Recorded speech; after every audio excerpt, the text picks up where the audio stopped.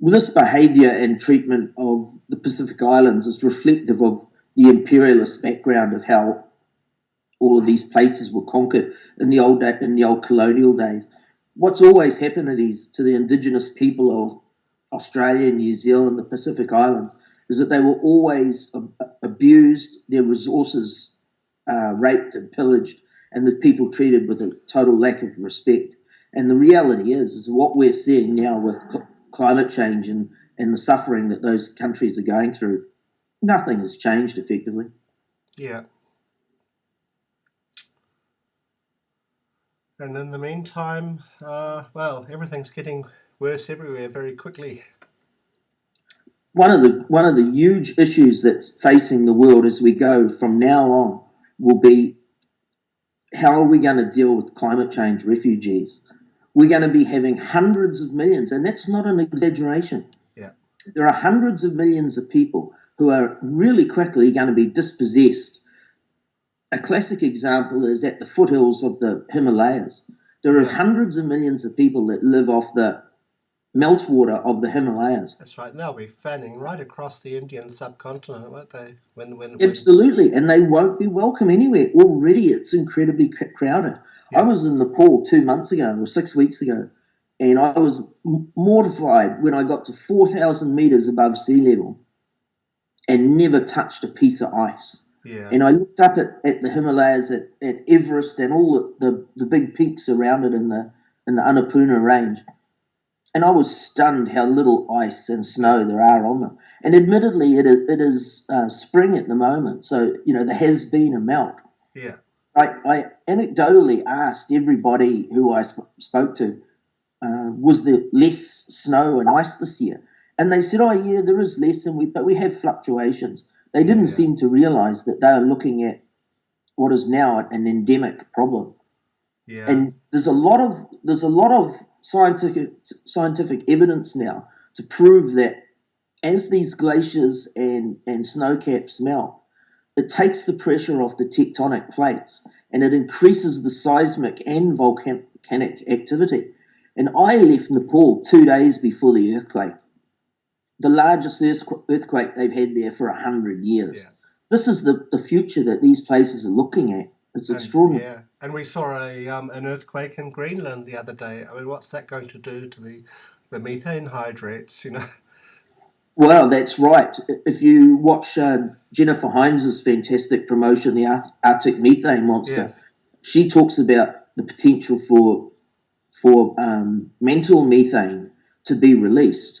Well, when you have all this volcanic activity and a warming ocean, it's just the perfect storm. Yeah, it's incredible. And of course, no one talks about methane. Even the IPCC dropped it. It used to be in their original publications, they covered methane. And inexplicably, they dropped it a few years ago, and no one has been able to give me an answer why. Well, I can remember, you go back to all these, sort of dire predictions, and they were made in the 90s or even in the late 2000s, and then about the time that the shit started to hit the fan, of course, it all disappeared, and no one's talking about it anymore. I was really pleased to see Peter Wadhams make a video just recently, yes, where I think only in the last 3 or 4 weeks he made it, where he talked about methane and the threat that it poses to all life on the planet. Yeah, I think that it's going to be very, very difficult for the IPCC not to talk about methane when it comes to COP21 in Paris later this year. Well, we'll see. I mean, I'd love to have faith that that's the case, but I mean, the political impetus to to keep the sort of denial machine going is pretty strong.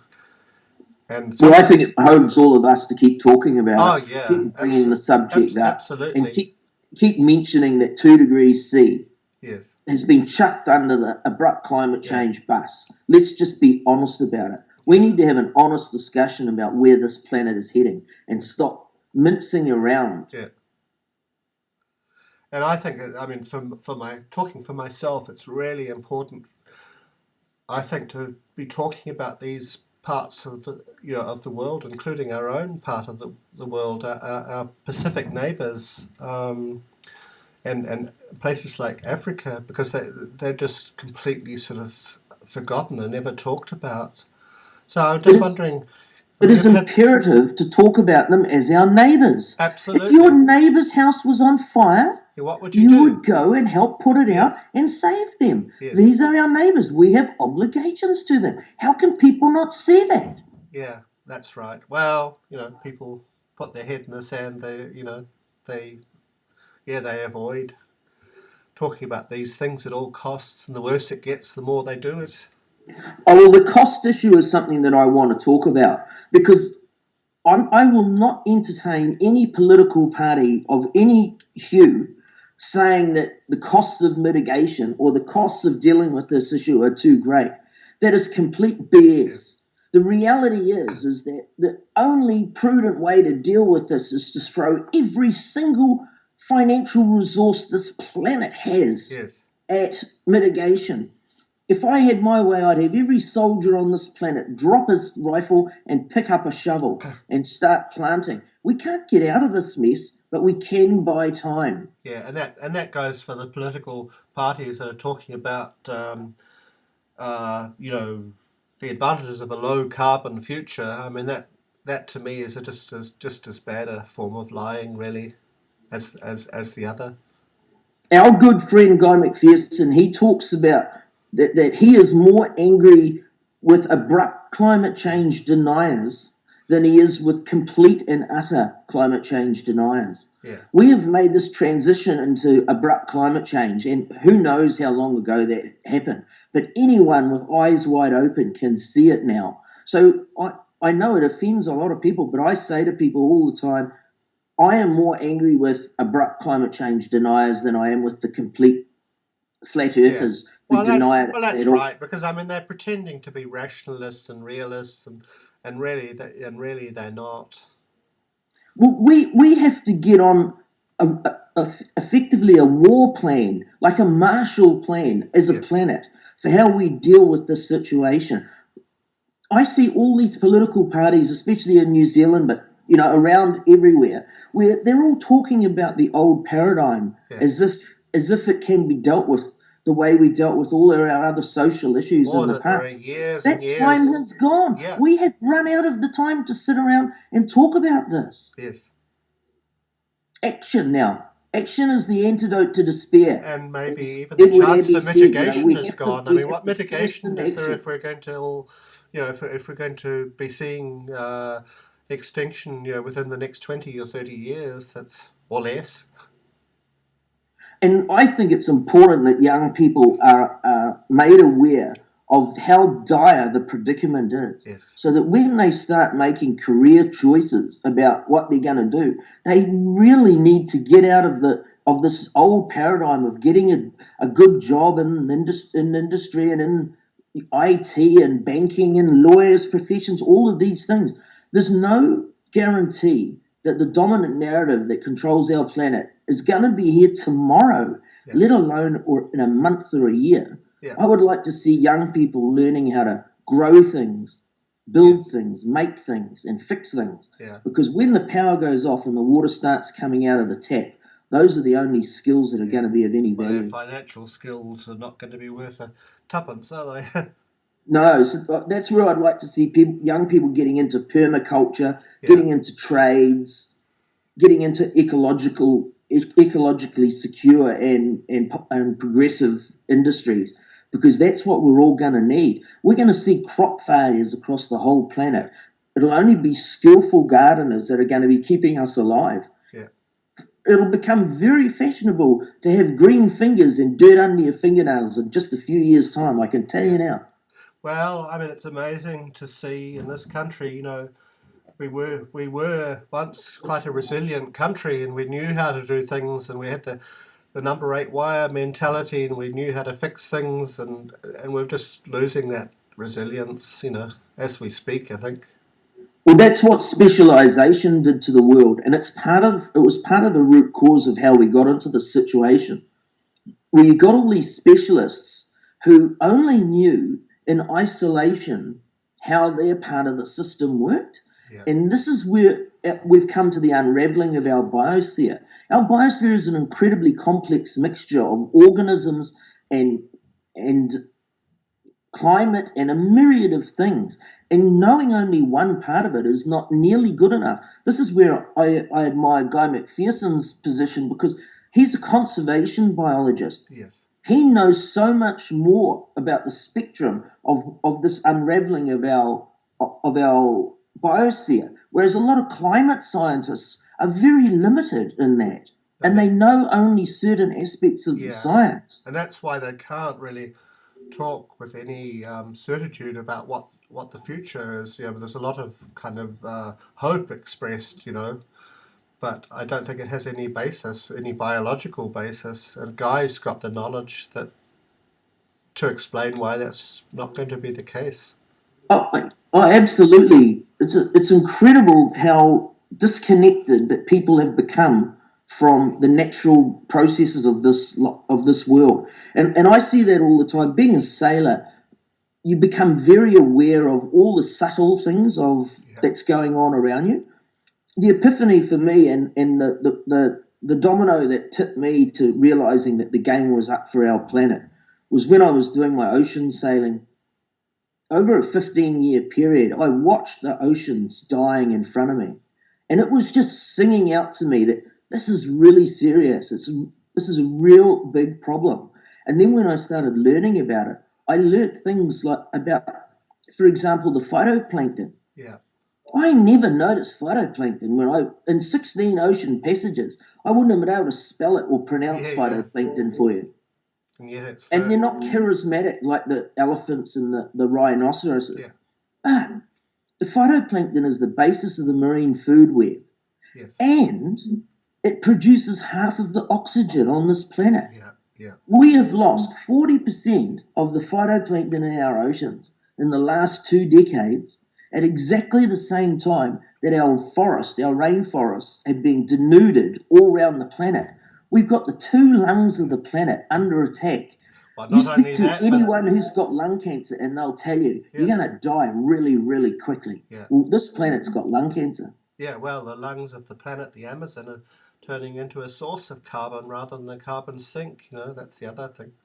That's right. I don't know how many people realise this, but when forests become drought stressed, they become carbon emitters. Yeah. Those forests give back the carbon that they've been sequestering over how many decades. So there's a positive feedback loop in itself. And if you go to Guy McPherson's blog, guymcpherson.com, he has this amazing climate change essay that he updates all the time. And it has a lot of information about positive feedback loops. And it really helps you to join the dots about where we've got ourselves with a situation. And we're up to about 50 now, aren't we? Well, it's incredible. When I first heard about Guy McPherson and I saw some of his presentations, this is like 5 or 6 years ago on YouTube, I thought, it can't be that bad. Yeah. And I started paying attention because I'm always interested. And I think then, maybe 5 years ago, it was something like 20. Oh, no, it was, we're only going back to when he came here in 2012. That's when he had his epiphany that things were not going to go well, just before he came here. But, there was a very, very small number of positive feedbacks, and they really only arose, I think, in about 2010 or 11. I'm not sure about that. But the whole methane thing, was only discovered really back then. And it's important to remember, this is the ones we know about. Yeah. And then every few weeks, another one pops up. And of course, that's because there's so many more people are paying attention and looking out for it. Yeah. Yep. Two interesting statistics I've read recently is I read a great paper where it said, Guy mentions in lots of his presentations that we're losing between 150 and 200 species every day. When I first heard that number, my head reeled. I just could not believe that it could be that high. And then I started doing research, and sure enough, those numbers are correct. And then I found a paper that said we've only discovered about 10 or 15% of all the organisms that live on this planet. Yeah, yeah. So when we're talking about making 150 to 200 extinct, that's of the 10 or 15% that we know about. Yeah. The numbers will be catastrophically higher than that. Yeah. And that's where it's important to remember how intertwined this web of life on this planet is. And if we're killing huge parts of that web, it's no surprise that it's unraveling and unraveling very quickly. And people don't see it because it's not, large mammals, which are very sexy, but it's microorganisms and insects that people pay no attention to unless they're gardeners or something like that. And then you start to notice that the ladybirds and things that I grew up, they're no longer there, and this other species is no longer there. Yes, but even if you just go and look at wildlife, the Earth has lost half of its wildlife in the last 40 years, according to the World Wildlife Fund. Look at the big ones, look at the small ones. It doesn't matter where you look. If your eyes are wide open and you're looking, seeing that we're well into the advanced stages of the Sixth Great Extinction is pretty obvious. Just in our team of people who are doing all this research, in the last 2 weeks, we have discovered dozens of papers that are talking about the Sixth Great Extinction. Yes. For anyone to think that there's one species on this planet that's absolved from that, having that happen, they're in denial. And the fact that we show so much hubris and arrogance as a species tells me that we're more likely to be on the list than less likely. Oh, that's right. We'll be one of the first. I mean, people sort of think we don't need all these other species because we can get our food from the supermarket. Yeah, it's absolutely insane, and it gets more insane with every day. It is. The cognitive dissonance of the dominant narrative on this planet is extraordinary. But I watch it every day. Sure, that makes me a little bit more tuned into it. But I do think that the penny is dropping all around us now. Yeah. I have casual conversations with people, and I'm quite surprised how aware that they are and how they are all thinking this thing. And sometimes that comes from unexpected quarters, not from where you would expect it. Not from environmentalists, but from just from ordinary people who are starting to sort of join the dots. It's sometimes very surprising. Yes, I had a conversation with my sister, who's a chief financial officer in Australia, and she's works in the heart of the beast. And I brought up how serious the situation was and how it's spiraling out of control so quickly.